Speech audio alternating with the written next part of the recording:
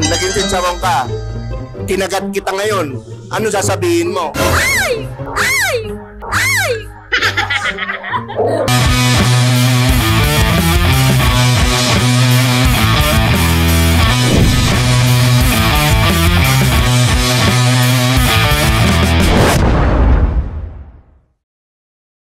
Pag-aari ang gusto mo, malaki o maliit? Malaki. Gaano kalaki? Ilang square meters? Uy, oh my God. Ay, inches pala. Kahit mga 5, okay na. Masaya na ako dun. Conservative. Oh, pwede na. Okay. Masarap ka ba sa kama? Stay kasama. Oo naman. Meron kang 15,000! Sarap ka sa... Makulit kasi. Okay. So happy ka kasama. Okay, ano mga sinasabi nila about you? Masaya ka ba talaga? Paano mo sila pinapasaya? Pag kaming dalawa lang. Pag may kasama ako. Kaming dalawa lang. Paano mo napapasaya kung kayong dalawa lang? Hag-hag lang, kadal-kadal. Lalo na ngayon, maulan. Kadal lang. Okay. Kung gunting ka, paano ka bubuka? Malawak o sakto lang? Medyo flexible ako. Medyo mga ganyan.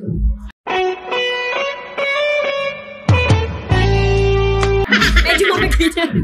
Grabe CR lang ako. Kung magiging manok ka, anong una mong gustong kainin sa'yo? Yung yung pakpak? Yung pwede pang yung Thai part. Kasi may pet dun eh. Pwede. Thai part. Okay. Ayun, kahit ako yun kinakain ko eh. Okay. So kumakain ka ng Pag mahal ko. Grabe. Kung chicharon ka, kailan ka huling kinain? Gago! That's 4 weeks yun. 4 weeks pa din? Oo, 4 weeks. Okay. So hiwalay talaga yun. Talagang kasama yun sa 4 weeks. Kasama sa sibakan yun. Oo. Lahat na yun, nandun na yun. Ang sarap! Okay, gaano ka kaingay kainin kung chicharon ka? Rate from 1 to 10. 9. 9? Grabe, maingay ka. Ngayon naging chicharon ka. Kinagat kita ngayon. Ano sasabihin mo? Ay! Ay! Ay!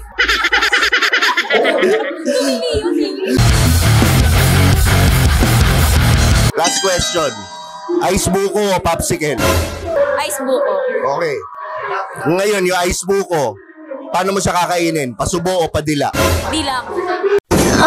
Sarap. Dila muna bago subo. Wow. Ayun, ayos. Okay, nilabas ko yung popsicle.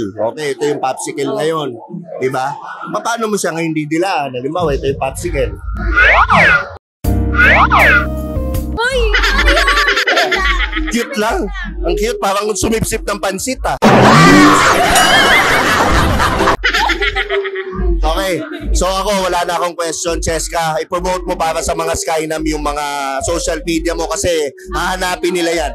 I'm Cheska. Pwede nyo po akong i-follow sa TikTok. I am Ches. And may page po ako, Cheska May. So dito na nagtatapos ang ating interview at maraming salamat sa Urban QC. Punta kayo dito, napakagandang bar. At ito nga pala ang paborito nyong Tio, si Tio Bry. Lagi nyong tatandaan ang kasabihan. Walang pangit-pangit sa Titong Galit. Okay, let's go.